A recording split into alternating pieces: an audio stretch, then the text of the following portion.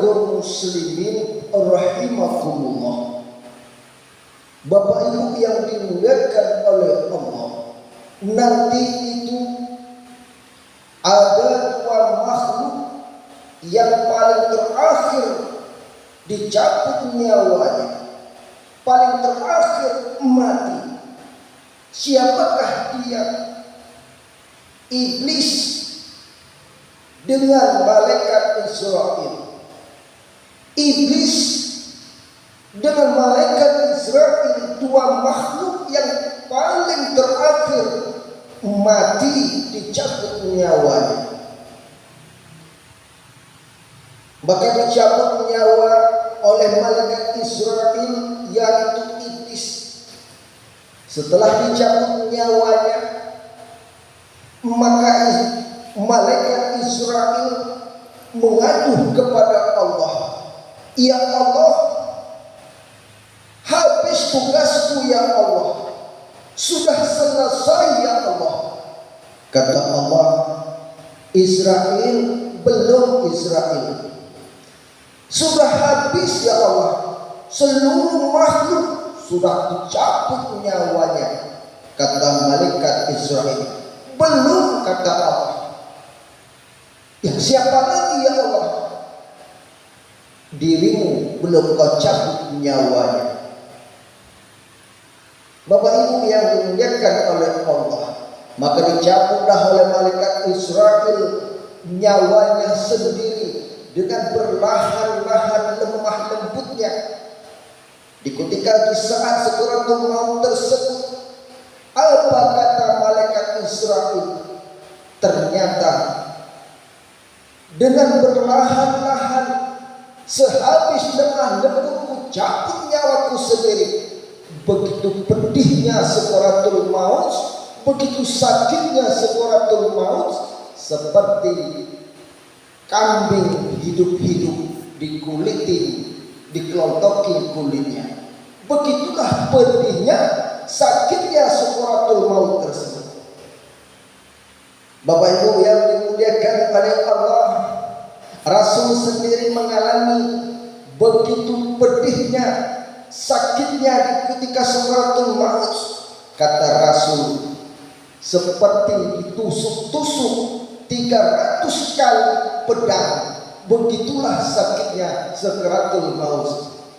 Bapak Ibu yang dimuliakan oleh Allah Subhanahu wa ta'ala, begitu pedihnya, sakitnya sekaratul maut, seperti ditusuk-tusuk 300 kali pedang. Pernah itu Nabi Ibrahim alaihissalam, di saat sekaratul mautnya, Allah bertanya kepada Nabi Ibrahim, "Wahai kekasihku, bagaimana rasanya di saat sekaratul maut?" Nabi Ibrahim menjawab, "Ya Allah, begitu pedihnya ya Allah, sakitnya ya Allah, seperti kambing yang dikulitin hidup-hidup, begitulah sakitnya ya Allah." Allah berfirman, "Ibrahim, padahal kami mencabut nyawa dan para nabi-nabi dan rasul dan orang-orang yang solehin, terlalu lembut kami cabut nyawa kalian." Bapak Ibu yang dimuliakan oleh Allah, padahal Allah itu mencabut nyawa para nabi, para rasul dan para orang-orang yang solehin dengan paling perlahan-lahan dan lemah lembut. Tetapi sakit tersebut seperti dikelontokin, seperti kambing yang hidup-hidup dikulitin. Begitulah sakitnya sekaratul maut. Bapak Ibu yang dimuliakan oleh Allah Subhanahu wa ta'ala, pada suatu hari Nabi Idris didatangi oleh malaikat Israel.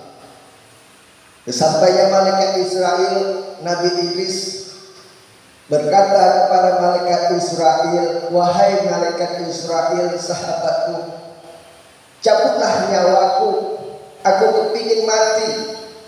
Cabutlah nyawaku dan minta kepada Allah agar nyawaku, agar diriku dihidupkan kembali. Permintaan Nabi Idris. Orang takut mati, bu. Orang takut mati, tapi Nabi Idris kepingin mati. Apa tujuannya Nabi Idris ingin mati? Supaya bertambahlah taat dan ibadahnya. Dengan izin Allah, malaikat Israfil mencabut nyawa Nabi Idris dengan pelan-pelan dan sehabis lemah lembut. Lantas Allah pun menghidupkan kembali Nabi Idris alaihissalam. Ketika Nabi Idris pun dihidupkan oleh Allah, ditanya oleh malaikat Israfil, wahai sahabatku Idris, bagaimana rasanya sekaratul maut? Bagaimana pengalamanmu ketika dicabut nyawamu? Wahai malaikat Israfil, kata Idris, sangat sakit, pedihnya luar biasa. Sekaratul maut tersebut seperti binatang yang dikulitin hidup-hidup, bahkan 1000 kali. Rasanya sakitnya seperti binatang yang dikulitin hidup-hidup. Begitulah pedihnya sekaratul maut tersebut, wahai malaikat Israfil. Bapak Ibu yang dimuliakan oleh Allah, ternyata luar biasa pedihnya, dahsyatnya sekaratul maut tersebut. Sehingga Imam Al-Ghazali mengatakan, demi Allah, kata Imam Ghazali, andai jenazah yang kita tangisin, jenazah yang kita cucurkan air matanya, bangkit bangun sekejap dan berkata, pengalaman sekaratul mautnya begitu pedihnya, begitu dahsyatnya, begitu sakitnya. Sungguh kita yang menangisi jenazah tersebut tak jadi menangisi jenazah tersebut, malahan menangisi diri kita sendiri. Begitulah pedihnya sekaratul maut. Bapak Ibu yang dimuliakan oleh Allah, kita tahu bahwa hidup ini kita semua akan mengalami yang namanya kematian. Kullu nafsin dha'iqatul maut, semua seluruh yang hidup akan merasakan kematian. Baik orang yang kaya, yang miskin, raja, yang punya pangkat jabatan, bawahan, rakyat kecil, semuanya akan merasakan kematian. Ingat dalam surat Al-Kahf ayat ke-9, wajaat sakaratul maut bil haqq zalika ma kunta minhu tahid. Ketika datang sakaratul maut sebenar-benarnya, maka yang sedemikian itu dulu kita hindari. Namun ketika datang sakaratul maut tersebut, tidak akan bisa kita hindari. Pedihnya sakaratul maut. Orang kaya mati, betul. Orang miskin mati, betul. Raja-raja mati, yang punya pangkat jabatan pun mati. Orang kaya mati, orang miskin mati, raja-raja mati, semuanya mati. Apa lurah mati, tentara mati, ustaz-ustaz mati, semuanya mati. Lantas apa yang harus kita kerjakan hari ini untuk menyambut kematian tersebut, untuk menyambut yaitu dahsyatnya sakaratul maut tersebut? Dekatkan diri kita dengan Allah.